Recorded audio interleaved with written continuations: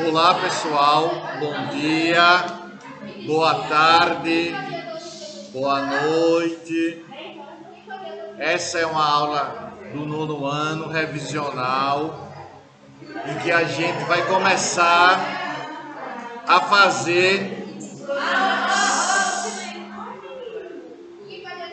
uma retrospectiva dos conteúdos que foram vivenciados e que vão estar dentro da atividade que vocês estão recebendo, não é? Como sendo a primeira atividade de verificação, de aprendizagem. Bem, dito isto, o nosso conteúdo do nono ano, ele contempla a Primeira Guerra Mundial, e para entender a Primeira Guerra Mundial, temos que fazer uma reflexão em cima do que aconteceu no mundo, especificamente na Europa, nos seus antecedentes. Esses antecedentes são importantes porque eles demonstram como os países europeus estavam com desejo de aumentar sua produção de matéria-prima para absorver a evolução industrial entre a segunda e a terceira etapa da Revolução Industrial, e como isso vai fazer com que surja uma rivalidade. Dessa rivalidade venha a surgir a Primeira Guerra Mundial, que acontece entre 1914 e 1918.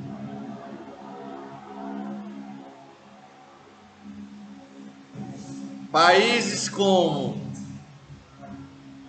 França, Inglaterra, recém-unificado Alemanha e Itália estão no processo de absorver mais matéria-prima, e como seu território não mais fornece a matéria-prima suficiente para as necessidades de cada país, tem então essa rivalidade. E ao mesmo tempo, a chamada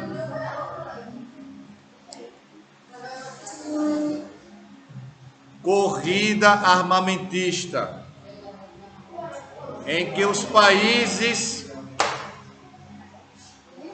europeus, além de buscarem mais matéria-prima, iniciam aquisição e fabricação de armamentos.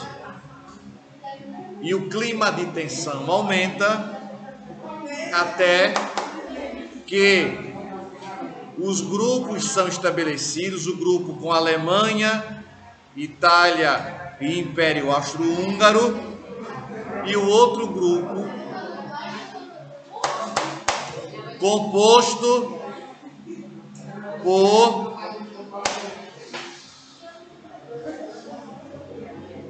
França, Inglaterra e Rússia. Na página 11, nós temos aquilo que chamamos de antecedentes da Primeira Guerra, fatos importantes para a deflagração do conflito. Temos então o estopim do conflito. O que é estopim? É a gota d'água, é a causa principal, que foi o assassinato do príncipe herdeiro, arquiduque austríaco Francisco Ferdinando, em 1914, em junho de 14. Milhões de pessoas morreram. Diz assim, página 11, último parágrafo. Milhões de pessoas morreram, militares e civis. E a grande característica foi a guerra de trincheiras. Além da tragédia das perdas humanas, a diminuição da mão de obra nas fábricas e nos campos atrapalhava diretamente a economia. Os gastos com a Grande Guerra também causaram sérios problemas financeiros. Evidentemente que a guerra tem um custo alto, pesado. Na página 12 e 13, temos a política de aliança, que eu já mencionei, o acirramento por conta de um nacionalismo exagerado,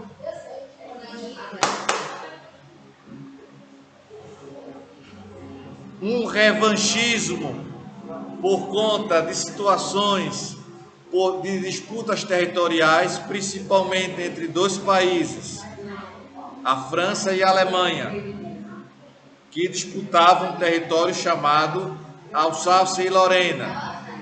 Em decorrência disso, vamos conhecer um conflito, e esse conflito ele fica guardado e é deflagrado com a guerra. Temos aí o desejo de formar uma grande Sérvia. Na página 15, verifica essa situação aí. O pan-eslavismo e o pan-germanismo. O pan-eslavismo é um projeto político da Rússia de ter a sua região de influência, pan-eslavismo.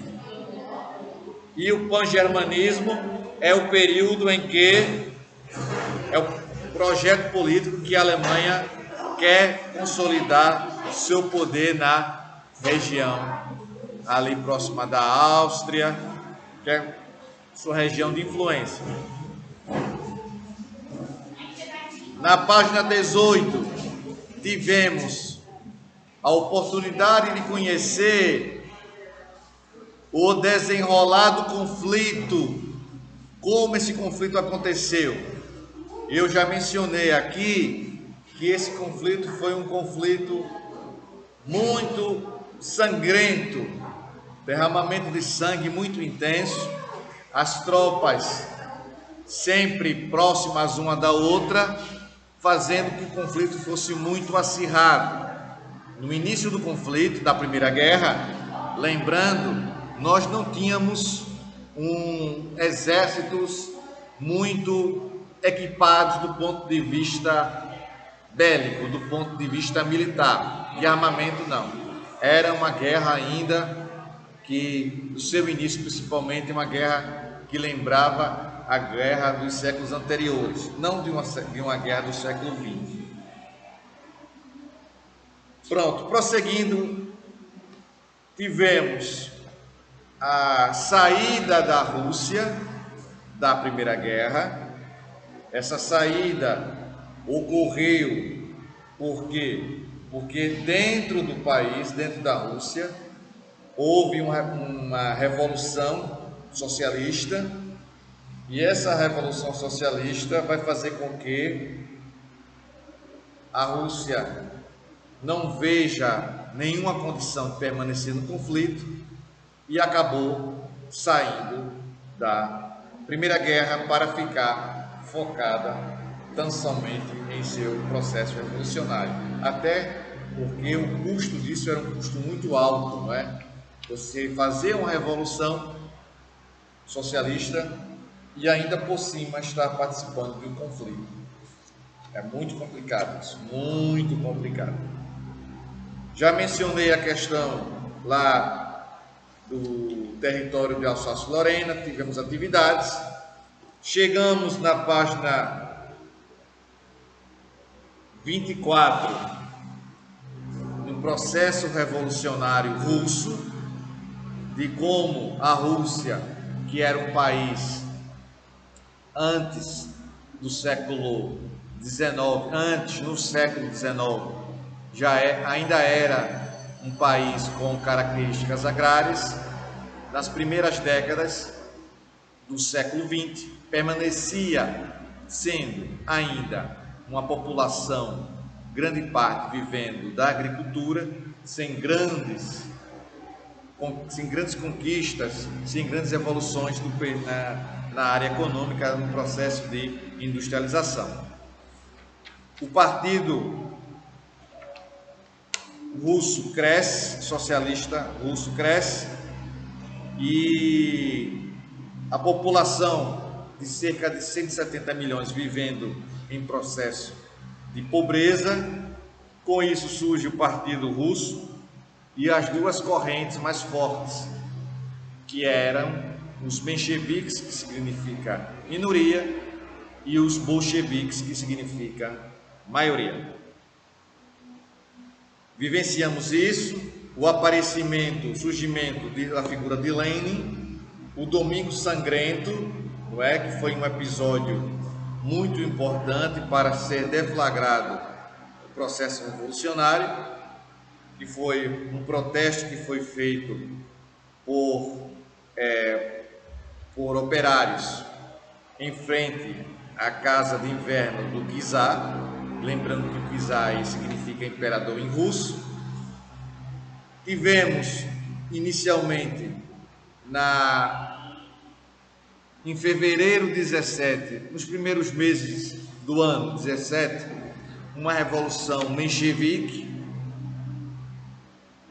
Os mencheviques não eram adeptos, não tinham como o foco do processo revolucionário fazer um movimento radical de mudança em todas as estruturas. Não. O movimento menchevique, o partido menchevique, a corrente dentro do Partido Socialista menchevique, quando tomou o poder, não fez isso de forma profunda. Não. Fez de forma paliativa, não aprofundando o processo revolucionário. Isso entrava em choque com o regime bolchevique, que queria a radicalização do processo revolucionário. E aí temos a transição do poder, a autocracia, a dualidade do regime, a figura de Lenin surge, e Lenin lança as famosas teses de abril, já na página 31, estabelecendo lá o fim de um governo provisório, pois ele achava que o modelo republicano liberal só fortalecia o capitalismo e enfraquecia os trabalhadores. Ou seja, o regime defendido do povo, Lenin, defendia que o trabalhador tivesse uma condição de trabalho, de remuneração ideal, que não fosse explorado como estava sendo explorado. Horas e horas dedicados ao regime de trabalho e sendo explorado na quantidade de horas estabelecida ali, que não era remunerada. É uma crítica que o regime comunista fazia, e Lenin também fazia. E Lenin também, nessas teses, defendia uma reforma agrária, o controle social, através de uma ditadura proletária. O que significa aí uma ditadura proletária? Significa uma ditadura que era feita pelos trabalhadores. Proletário significa trabalhadores. Já falei sobre isso, né? Combater o capitalismo, combater a burguesia capitalista. E aqui temos a Revolução de Outubro, não é?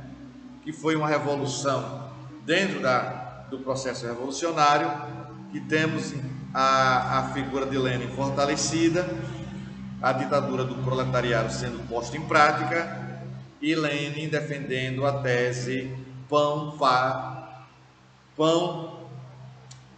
pão e terra, desculpe. Não é? Surgimento de um comitê revolucionário soviético, que são os trabalhadores dos comitês, a implantação do regime socialista na Rússia,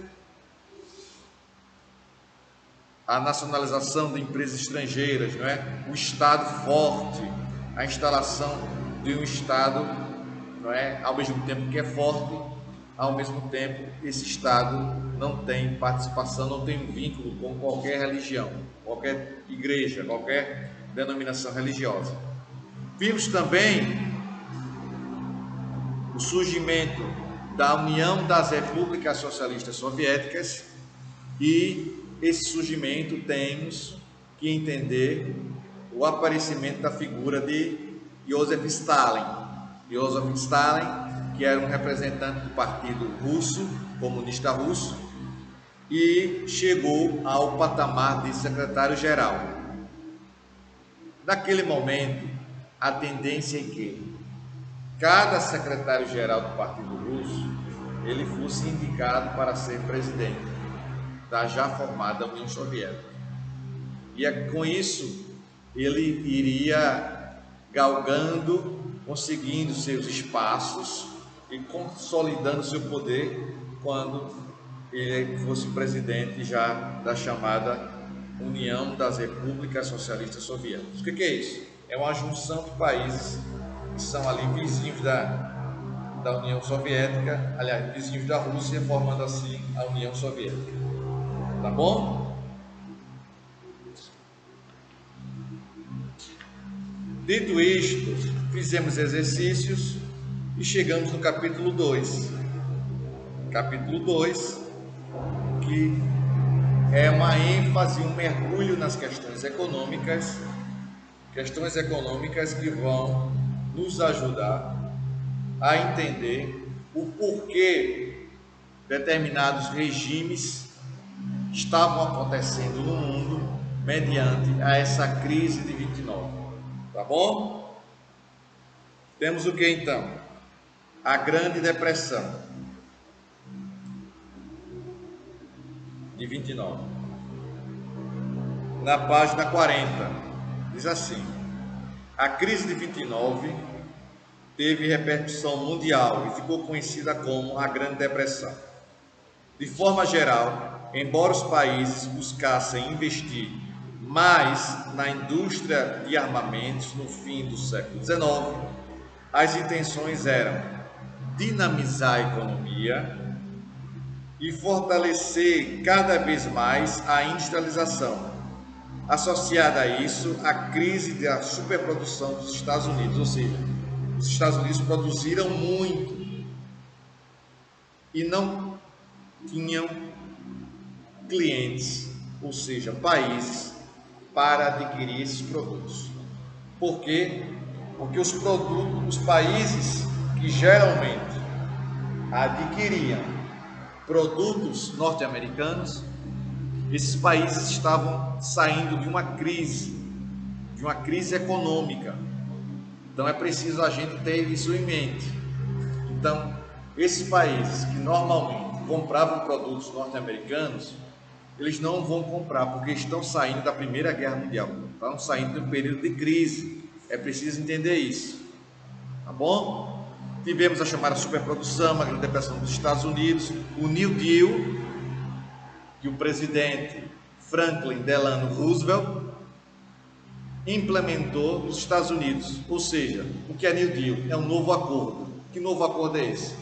Em que o Estado investe no país para recuperar a economia, fazendo com que diminua o desemprego, os trabalhadores pudessem ter o direito de compra, e o Estado estava investindo na indústria, na área agrícola, inclusive também na reforma trabalhista. Tá bom? Prosseguindo, fizemos um passeio também rápido na arte moderna, cultura popular e cultura erudita, os movimentos, o expressionismo, o impressionismo, os movimentos de vanguarda, abstracionismo, o cubismo e dadaísmo, o fauvismo, o futurismo. Fizemos esse passeio, impressionismo, surrealismo. Chegamos aos regimes totalitários. Regimes totalitários esses que foram caracterizados por um poder concentrado na mão de um único líder. E esses regimes totalitários encontram espaços em países da Europa, como por exemplo a Itália e a Alemanha. E esses regimes vão atender aos anseios da população que estava ainda vivendo sob as consequências da crise de 29. Estamos aqui na década de 30, nos primeiros anos da década de 30, e esses partidos com a ideologia radical, ideologia extremada, começam a encontrar espaço, adeptos, simpatizantes na Alemanha e também na Itália. Com isso, na Itália surge o líder Benito Mussolini e na Alemanha Hitler. O fascismo italiano de Benito Mussolini e o nazismo alemão de Adolf Hitler. E vale salientar que o nazismo também é um tipo de fascismo. Nazismo é um tipo de fascismo. As situações todas foram estudadas por nós. Nazismo alemão. Mencionamos a chegada de Hitler ao poder, não é? O velho marechal Hindenburg colocou ele como sendo primeiro-ministro e acabou morrendo Hindenburg por morte natural, e Hitler assume o poder na Alemanha. Tivemos também esses movimentos fascistas, esse cunho fascista na Espanha e em Portugal. Bem, pessoal, sim, também sem esquecer o stalinismo russo. Espero que vocês tenham compreendido essa revisão. Um forte abraço a todos e até a próxima. Tchau, pessoal. Estuda. Tchau.